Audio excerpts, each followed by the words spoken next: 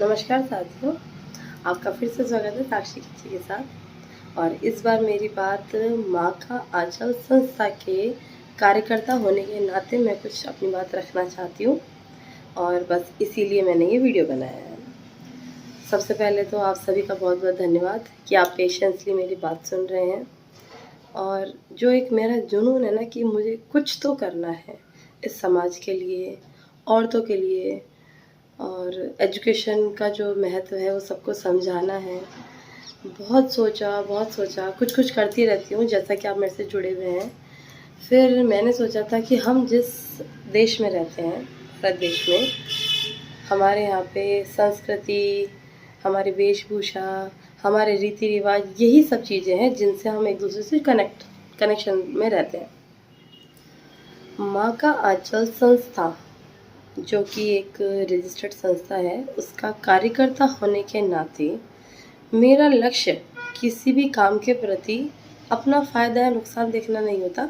इसके अंदर होता है कि मैं अपनी तरफ से किसी महिला के लिए कुछ अच्छा कर पाऊँ या उसकी ज़िंदगी में पढ़ाई से रिलेटेड या रोज़गार से रिलेटेड जितना मुझे आता है उतना मैं बता पाऊँ, जिससे कि वो अपनी पर्सनल लाइफ में कहीं जहाँ आज स्टैंड कर रही है उससे 2 कदम आगे हो।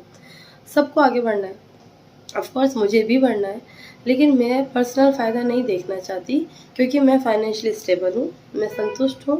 बस जो मेरा मन है वो चाहता है कि दुनिया में जो सिस्टम चल रहा है गड़बड़ है, सबको पता है गड़बड़ है, उसको एक सिस्टमेटिक तरीके से करने के लिए अब जब तक अपन जतन नहीं करेंगे तब तक किसी और से अपन एक्सपेक्ट नहीं कर सकते। बस यही सोच के मैं कुछ अपनी तरफ से एफर्ट डालती हूँ। उसी के चलते मैंने अभी ग्रामीण गरबा महोत्सव का आयोजन, व्यवस्थापक थी मैं वहाँ, मैंने व्यवस्था कराई। कभी भी किसी एक इंसान के एफर्ट डालने से काम सक्सेसफुल नहीं होते हैं, उसमें बहुतों का योगदान होता है। कुछ सामने आ जाते हैं और कुछ सामने नहीं आ पाते हैं।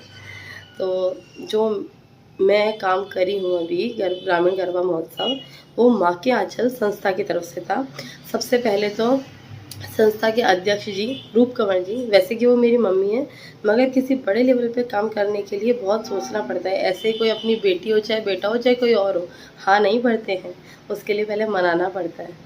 और रूप कंवर जी के बाद में हर्षित कंवर जी, शायद वो मेरी बड़ी दीदी या माँ, अपन ऐसे किसी को कुछ भी संबोधित कर देते हैं। बस मैंने उनकी कोख से जन्म नहीं लिया, मगर वो मेरे को जैसे मेरी मम्मी सलाह देती है ऐसे ही वो सलाह देती है।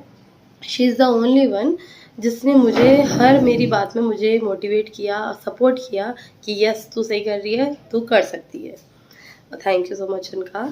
उसके बाद बिल्कुल आज मैं क्योंकि गृहस्थ जीवन में हूँ, तो मेरे स्वामी जी, मेरे पतिदेव मिस्टर जितेंद्र पवार जी, वो मुझे हर जगह सपोर्ट करते हैं।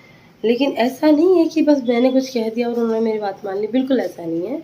जब हमारे मन में कोई बात आती है, मेरे मन में आती है, उनके मन में आती है, हम दोनों एक दूसरे के सामने रखते हैं, डिस्कस करते हैं, उसका पैटर्न बनाते हैं। मेरे हस्बैंड का बहुत सपोर्ट रहता है मेरे साथ, उसके लिए शायद मैं किस्मत वाली हूँ, ऐसा मुझे कमेंट मिला है।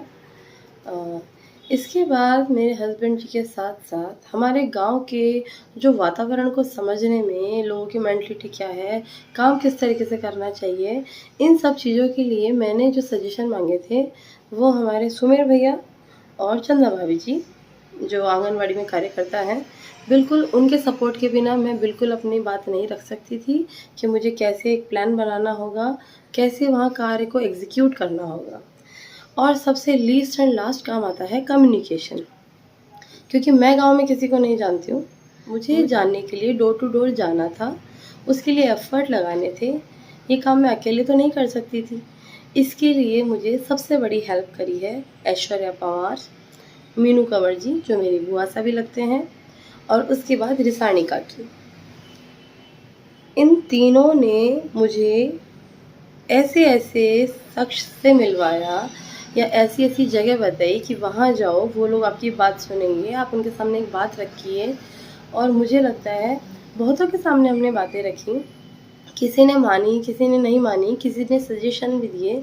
बहुतों के नाम शायद मुझे याद नहीं आ पा रहे होंगे, मगर जो ये इम्पोर्टेंट नाम है, और सब लोगों ने मुझे, जो भी मेरे से उम्र में बड़े हैं, मैं हमेशा सबसे अनुभव साझा करना चाहती हूँ, सबकी लाइफ़ स्टोरी जानना चाहती